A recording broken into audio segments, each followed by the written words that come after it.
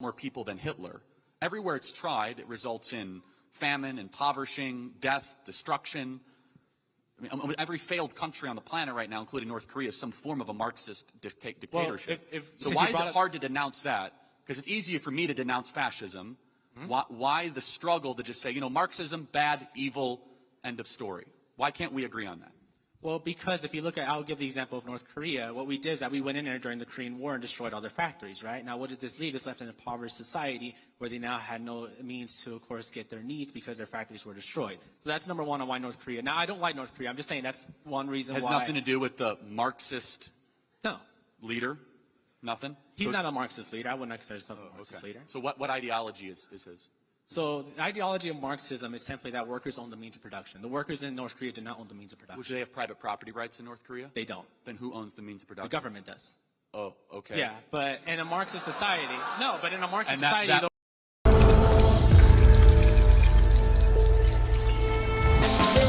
Hi guys, welcome back to my YouTube channel. So if you are new here, please subscribe to my YouTube channel. So today I'm reacting to Kirk cannot believe what he heard from Cookie student. So guys, please stay tuned and just want to video with me. Poof! I just want to start off by saying that it's always great to be politically active and to not be politically active. So I thank you for that. But I do want to start off by saying earlier I was outside protesting, as I usually do on campus, with a sign that says, "Tear the fascists down." Now, for those who don't know what fascism is, it's an ideology associated with Nazism.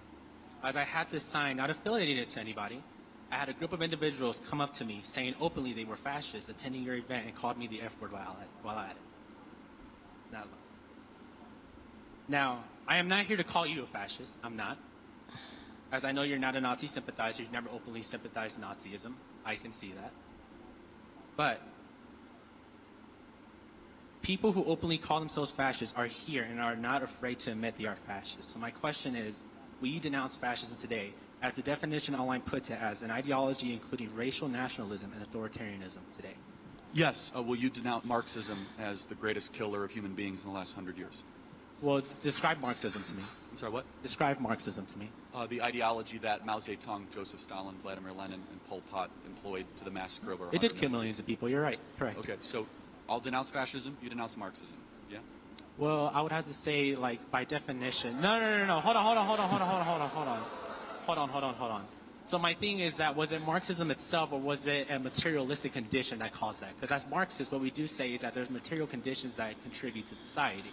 Now, you probably aren't familiar with dialectical materialism. I'll try to explain it real quickly. No, I've read the Phenomenology of Spirit, and I know Hegel. But okay. No, but tell me, but why not denounce Marxism? I mean, so Mao Zedong, Marxist, Lenin, Marxist, Joseph Stalin, Marxist? I'll denounce Joseph Stalin for you, definitely, yes. Stalin was an authoritarian leader who definitely killed millions of Ukrainians during the export of grain to, of course, build up their economy. But there's nothing about, you don't think there's anything about the ideology that leads to the suffering, impoverishing, or the murdering? Well, just like how Hitler called himself a socialist, it's not the ideology, it's just what you actually do in practice. Yes, he did call himself a socialist, yeah. But he was not a Marxist. He was not, yeah. But his National Socialist Workers' Party is the actual name of Nazism. But where has Marxism ever worked?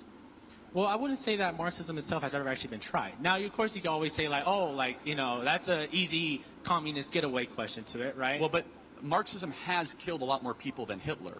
Everywhere it's tried, it results in famine, impoverishing, death, destruction. I mean, every failed country on the planet right now, including North Korea, is some form of a Marxist dictatorship. Well, so why is it hard to denounce that? Because it's easier for me to denounce fascism. Why the struggle to just say, Marxism, bad, evil, end of story? Why can't we agree on that? Well, because if you look at, I'll give the example of North Korea. What we did is that we went in there during the Korean War and destroyed all their factories, right? Now, what did this leave? This left an impoverished society where they now had no means to, of course, get their needs because their factories were destroyed. So that's number one on why North Korea. Now, I don't like North Korea. I'm just saying that's one reason why. Has nothing to do with the Marxist leader? Nothing? He's not a Marxist leader. I wouldn't consider himself a Marxist leader. So what ideology is his? So the ideology of Marxism is simply that workers own the means of production. The workers in North Korea do not own the means of production. Which they have private property rights in North Korea? They don't. Then who owns the means of production? The government does. Oh, okay. Yeah, but in a Marxist society, that would be That would be Marxism? No, it's not, because the workers own the means of production, not the government. But who is the government? The government is the people, the bureaucrats. Oh, the bureaucrats so who control the power. Okay, and that would be the people, the bureaucrats owning the means of production, otherwise known as Marxism? No. You're getting it all wrong. Literally, the word definition of Marxism is that workers own the means of production. Right. So where has that ever been tried or worked? You say it's never been tried ever? Yeah. Mm-hmm. Yeah, okay, got it. So even though the hammer and sickle and core Marxist ideology has been invoked repeatedly by these leaders, you're saying, no, not a Marxist. No, not a Marxist. No, not a Marxist. It's just over 100 times it has been tried on every single continent, from Mugabe in Rhodesia, which became Zimbabwe, to parts of India, to China, to Korea, to parts of Eastern Europe, to Central and South America, to Venezuela. None of that is Marxist, even though they say they're Marxist. Well, it's tampering with Marxism, because you have sanctions and you bomb their countries. So, I mean, if you want to call that Marxism, then if you sanction and bomb them, I guess that's Marxism. Wait, so how have we sanctioned and bombed these like Venezuela? Like Venezuela has sanctions to where we don't buy their oil anymore. Yeah, why do you think we're sanctioning them? Because they have Marxist ideologies that don't incorporate with capitalist ideology. Yeah, they're also like a quasi-terror state. But let's talk about Venezuela.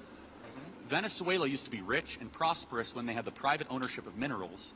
Why is Venezuela now one of the poorest countries in South America? What ideology caused that? See, but that's the thing, though. It's not the ideology, it's the practice. Now, you could say the practice is Marxism, but again, do the workers own the means of production in that country? Somebody does.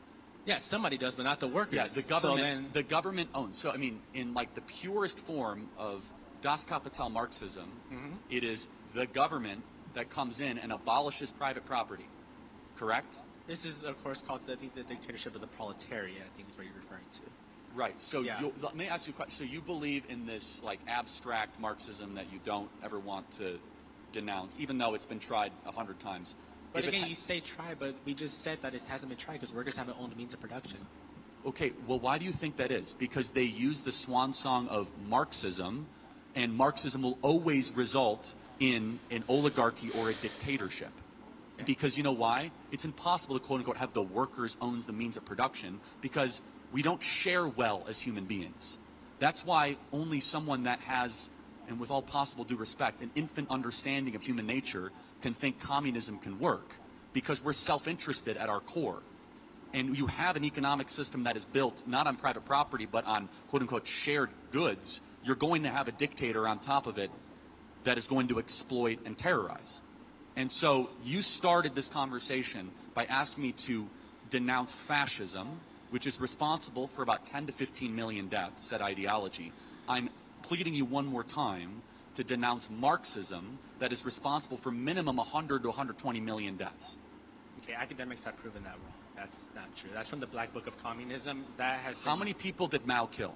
Mao killed about 30 to 40 million. How many people did Stalin kill? Stalin killed about 20 to 30 million. Okay, now we're at like 60 million, and I just named like 2 countries, man. Okay? So like we're out of the gate, and we're at like 60 million, okay? Yeah. So I can keep on going, right, if you want to talk famine, impoverishing, lowering of standard of living. But what I want to just reiterate as we close this out, there's this pathological fascination with fascism, and a complete ignoring that Marxism, which is the other side of the authoritarian coin, has been far deadlier, far more costly, and is far more popular. And I'll ask this final question. What do you think has a greater chance of catching on in America, fascism or Marxism? I would say fascism. Okay. You really think so? I really do believe that. Okay. The only way I would possibly agree with that is the left-wing fascists that shut up people on campuses and allow, try to stop freedom of speech. But it's just, I'm perplexed by your position and your inability and your unwillingness to denounce Marxism. I don't know how many, maybe another 100 million people dead, maybe you'd change your mind. Thank you. Thanks.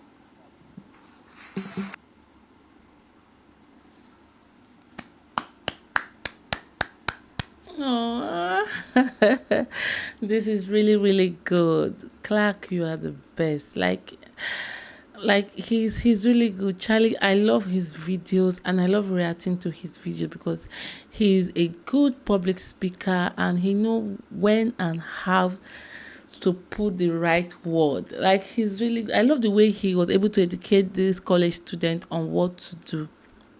Understand? So it really takes the grace of God to government should be free and fair. It really takes the grace of God because it's not easy. If we are like government, government will say that okay, this so and so amount of money is for this, is for hospital bill, is for charity, is for this. We all pay tax and the rest. So it takes the grace of God for the right governor, like the right government to be able, or the right president to be able to make everything they have promised us to go right. Because sometimes our president will promise you, yeah, I'll make everything free, I'll do this, I'll do that, but when it's time, no. You understand? So I feel that I just like the way Charlie educated him that this and this is not right and this is right. So guys, please comment below on any video you want us to react to. Comment below and also share this video, like this video. Please comment below on your opinion about this video and also comment below on any Charlie's video you want us to react to. We are going to react to it. Thank you very much. Ngal Fashion Store. Fashion makes sense.